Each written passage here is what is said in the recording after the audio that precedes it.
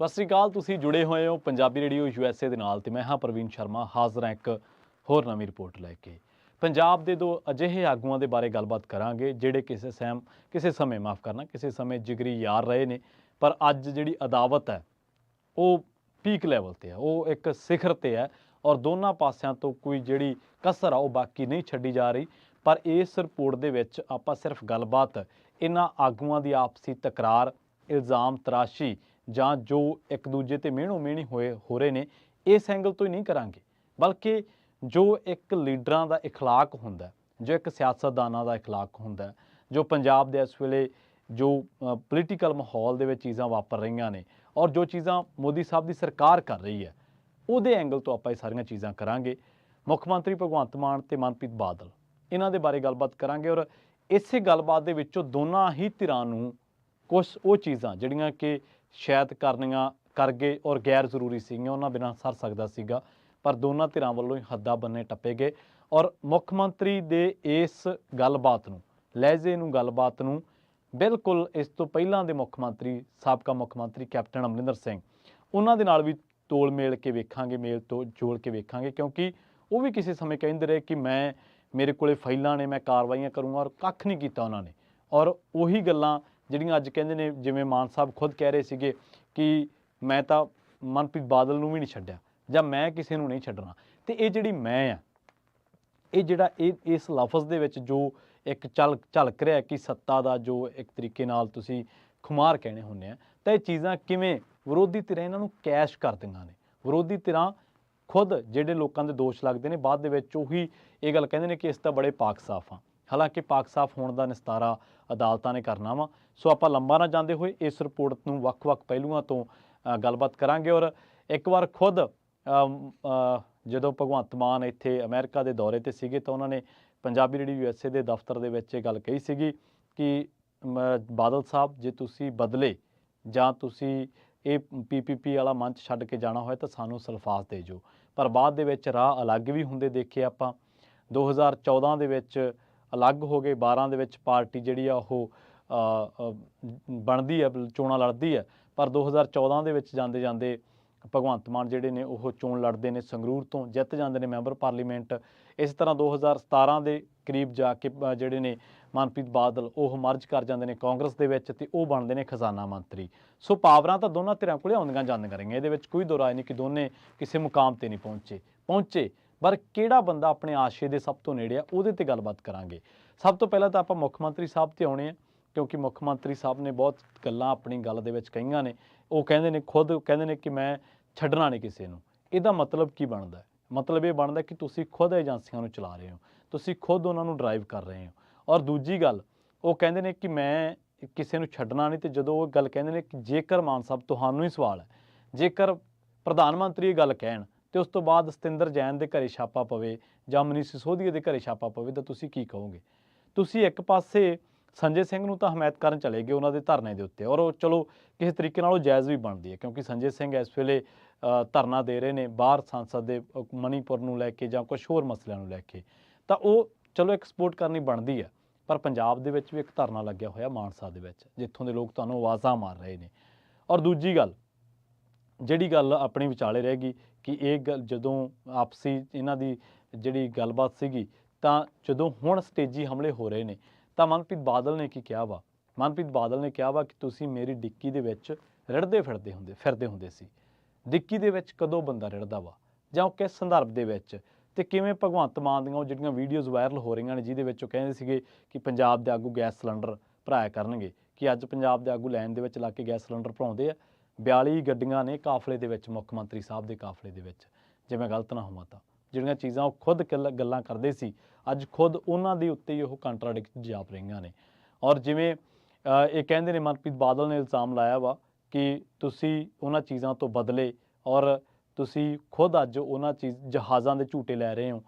ਇਹਦੇ ਵਿੱਚ ਕੋਈ ਦੋ ਰਾਏ ਨਹੀਂ ਹੈ ਕਿ ਮੁੱਖ ਮੰਤਰੀ ਸਾਹਿਬ ਕੇਜਰੀਵਾਲ ਦੇ ਨਾਲ ਕਰਨਾਟਕਾ ਜਾਂ ਦੂਜੇ ਰਾਜਾਂ ਤੱਕ ਜਹਾਜ਼ 'ਤੇ ਜਾਂਦੇ ਨੇ, ਔਰ ਅੱਜ ਕੱਲ੍ਹ ਤਾਂ ਇਹ ਇਸ ਗੱਲ ਦੀ ਜਾਣਕਾਰੀ ਦੇਣੋਂ ਵੀ ਟਾਲਾ ਵੱਢਦੇ ਨੇ। ਮਾਨਕ ਗੋਇਲ ਨੇ ਜਿਨ੍ਹਾਂ ਨੇ ਇਹ ਗੱਲ ਦੀ ਜਾਣਕਾਰੀ ਮੰਗੀ ਸੀ ਕਿ ਮੁੱਖ ਮੰਤਰੀ ਸਾਹਿਬ ਦੇ ਝੂਟਿਆਂ 'ਤੇ ਕਿੰਨਾ ਕੁ ਖਰਚਾ ਆਉਂਦਾ, ਤੇ ਉਹਨਾਂ ਨੂੰ ਇਹ ਜਾਣਕਾਰੀ ਦਿੱਤੀ ਨਹੀਂ ਸੀਗੀ। ਕਹਿੰਦੇ ਕਿ ਬਈ ਜੀ ਇਹ ਜਿਹੜੀ ਜਾਣਕਾਰੀ ਹੈ ਇਹ ਕੌਨਫੀਡੈਂਸ ਹੈ, ਜਦ ਕਿ ਖਰਚਾ ਕੌਨਫੀਡੈਂਸ ਕਦੇ ਨਹੀਂ ਹੁੰਦਾ। ਖਰਚਾ ਮੰਗਣ ਦਾ ਲੋਕਾਂ ਨੂੰ ਅਧਿਕਾਰ ਆ ਤੇ ਤੁਸੀਂ ਖੁਦ ਇਸ ਅਧਿਕਾਰ ਨੂੰ ਲੈ ਕੇ ਧਰਨੇ ਮੁਜ਼ਾਹਰੇ ਕਰਦੇ ਰਹੇ ਆ।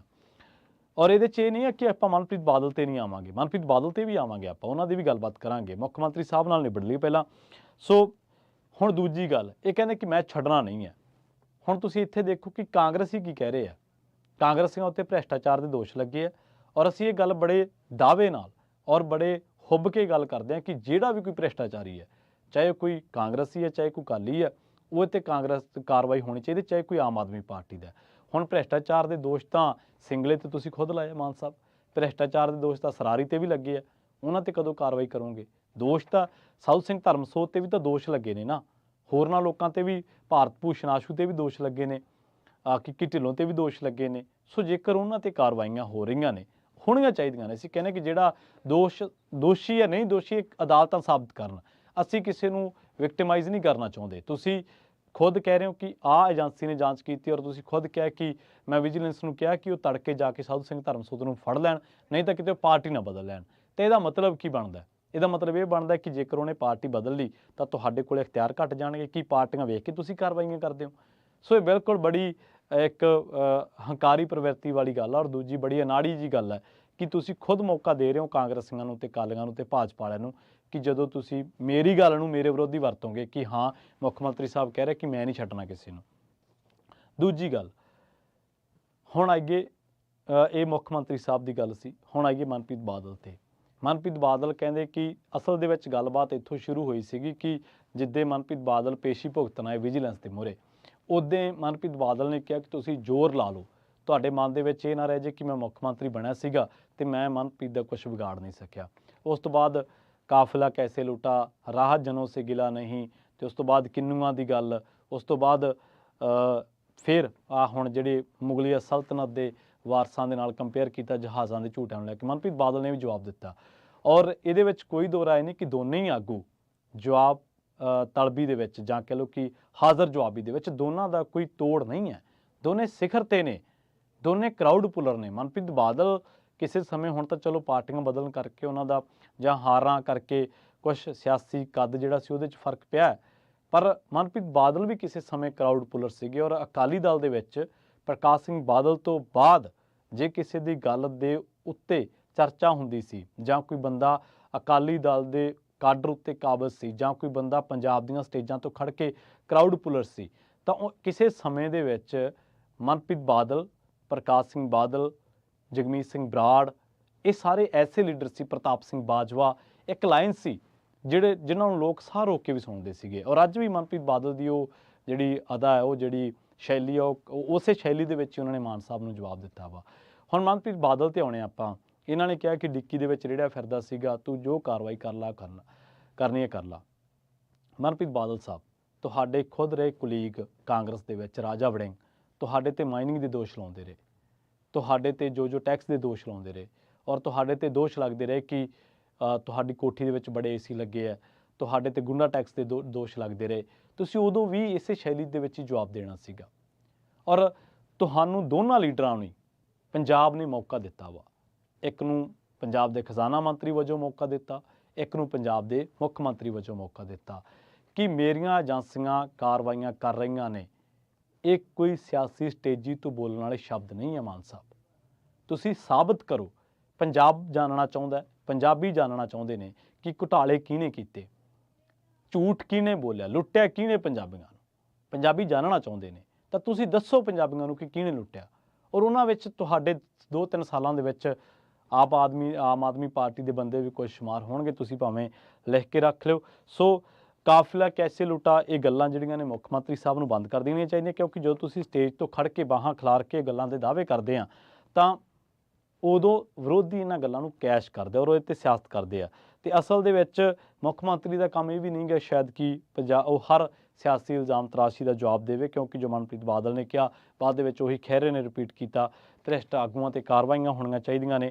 ਕੈਪਟਨ ਸਾਹਿਬ ਵੀ ਇਸੇ ਤਰ੍ਹਾਂ ਹੀ, ਮੈਂ ਕਿਸੇ ਨੂੰ ਛੱਡਣਾ ਨਹੀਂ, ਮੈਂ ਆਹ ਕਰ ਦਿਆਂਗਾ ਉਹ ਕਰ ਦਿਆਂਗਾ। ਵਿਧਾਨ ਸਭਾ ਦੇ ਵਿੱਚ ਖੜ੍ਹ ਕੇ ਕੈਪਟਨ ਅਮਰਿੰਦਰ ਸਿੰਘ ਨੇ ਕਿਹਾ ਸੀਗਾ ਇੱਕ ਵਾਰੀ ਕਿ ਬਈ ਆਹ ਜਿਹੜੇ ਅਕਾਲੀ ਹੈ ਚੁੱਪ ਕਰਕੇ ਬਹਿ ਜਾਓ, ਨਹੀਂ ਮੇਰੇ ਕੋਲ ਫਾਈਲਾਂ ਨੇ।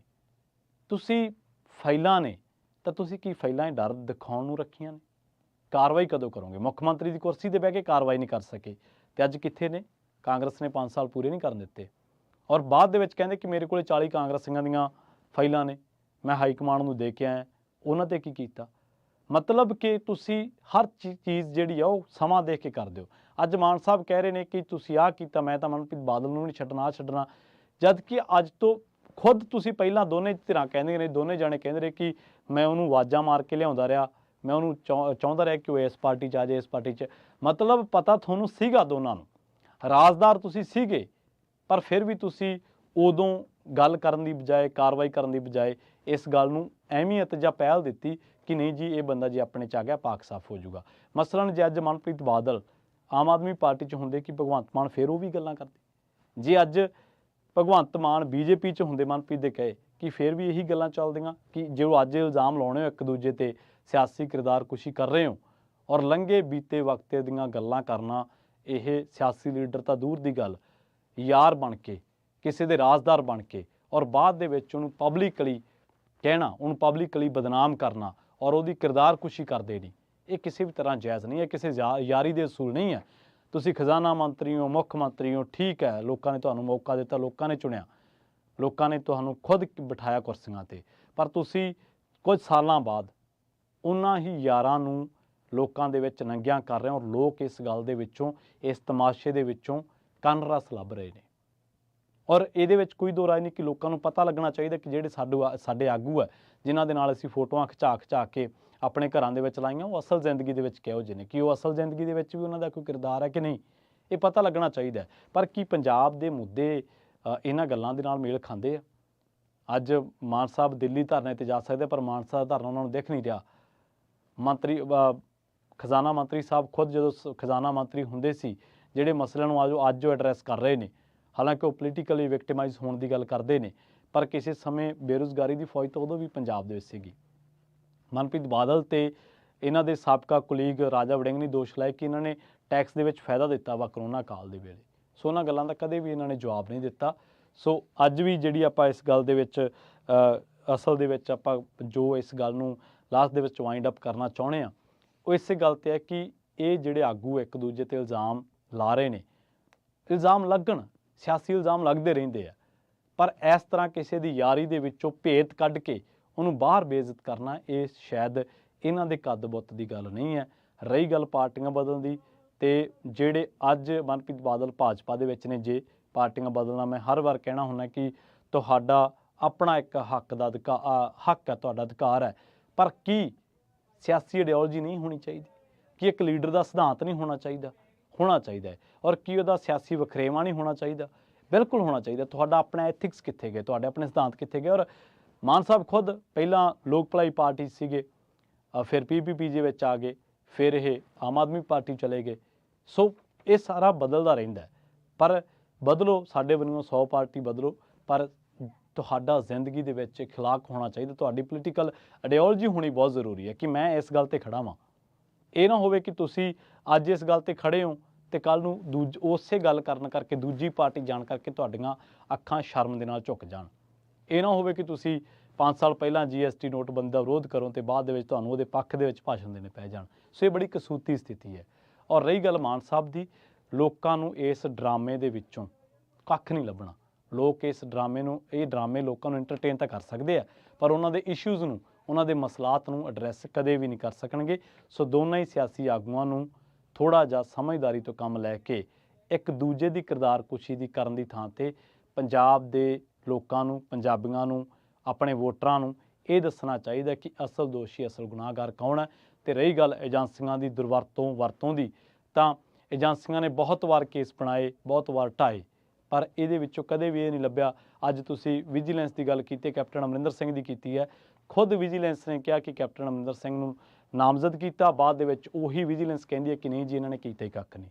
ਸੋ ਲੋਕਾਂ ਨੂੰ ਕੀ ਪਤਾ ਲੱਗਿਆ? ਜੇ ਕੈਪਟਨ ਅਮਰਿੰਦਰ ਸਿੰਘ ਨੇ ਨਹੀਂ ਕੀਤਾ ਸੀ ਤਾਂ ਉਹ ਕੀਤਾ ਕਿਹਨੇ ਸੀ? ਇਹ ਤਾਂ ਜਾਣਨ ਦਾ ਪੰਜਾਬੀਆਂ ਨੂੰ ਹੱਕ ਆ ਨਾ। ਸੋ ਜੇਕਰ ਕੱਲ੍ਹ ਨੂੰ ਅੱਜ ਜਿੰਨੇ ਲੀਡਰਾਂ 'ਤੇ ਕੇਸ ਬਣੇ ਆ, ਜੇਕਰ ਕੱਲ੍ਹ ਨੂੰ ਅਦਾਲਤਾਂ ਦੇ ਵਿੱਚ ਡਿੱਗ ਪੈਣਗੇ, ਤਾਂ ਮਾਨ ਸਾਹਿਬ ਕੀ ਦੱਸਣਗੇ ਕਿ ਪੰਜਾਬ ਦੇ ਲੋਕਾਂ ਦਾ ਲੁਟੇਰਾ ਕੌਣ ਸੀ, ਪੰਜਾਬ ਦੇ ਸਰਮਾਏ ਦਾ ਲੁਟੇਰਾ ਕੌਣ ਸੀ? ਕਿਉਂਕਿ ਇਹ ਕੇਸ ਜਿਹੜੇ ਡਿੱਗ ਪਏ ਜਾਂ ਸਜ਼ਾ ਜ਼ਾਫਤਾ ਹੋ ਗਏ, ਉਹ ਤਾਂ ਗੱਲ ਵੱਖਰੀ ਹੈ। ਸੋ ਇਸ ਡਰਾਮੇ ਦੇ ਵਿੱਚੋਂ ਪੰਜਾਬੀਆਂ ਲਈ ਕੱਖ ਨਹੀਂ ਹੈ। ਪੰਜਾਬ ਦੀ ਬੇਰੁਜ਼ਗਾਰੀ, ਪੰਜਾਬ ਦੇ ਕਰਜ਼ੇ ਦੇ, ਪੰਜਾਬ ਦੇ ਵਿੱਚ ਜੋ ਹੜ੍ਹਾਂ ਦੀ ਹਾਲਾਤ ਆ, ਪੰਜਾਬ ਦੇ ਵਿੱਚ ਜੋ ਨਸ਼ੇ ਦੀ ਹਾਲਾਤ ਹੈ ਉਹਨਾਂ ਚੀਜ਼ਾਂ ਤੇ ਚਰਚਾ ਹੋਣੀ ਚਾਹੀਦੀ ਹੈ ਤਾਂ ਜੋ ਪੰਜਾਬ ਪ੍ਰਸਤ ਕੁਛ ਕੀਤਾ ਜਾ ਸਕੇ। ਔਰ ਸਿਆਸੀ ਇਲਜ਼ਾਮ ਤਰਾਸ਼ੀਆਂ ਲੱਗਦੀਆਂ ਰਹਿੰਦੀਆਂ ਨੇ ਪਰ ਸਿਆਸੀ ਕਿਰਦਾਰ ਕੁਸ਼ੀਆਂ ਔਰ ਉਹ ਵੀ ਬੀਤੇ ਵਕਤੇ ਦੇ ਯਾਰਾਂ ਦੀਆਂ ਕਰਨਾ ਪਬਲਿਕ ਥਾਂ ਤੇ ਇਹ ਕਿਸੇ ਵੀ ਪੱਧਰ ਤੇ ਜਾਇਜ਼ ਨਹੀਂ ਹੈ। ਬਹੁਤ ਬਹੁਤ ਧੰਨਵਾਦ। ਜਲਦ ਮਿਲਾਂਗੇ ਇੱਕ ਹੋਰ ਨਵੀਂ ਰਿਪੋਰਟ।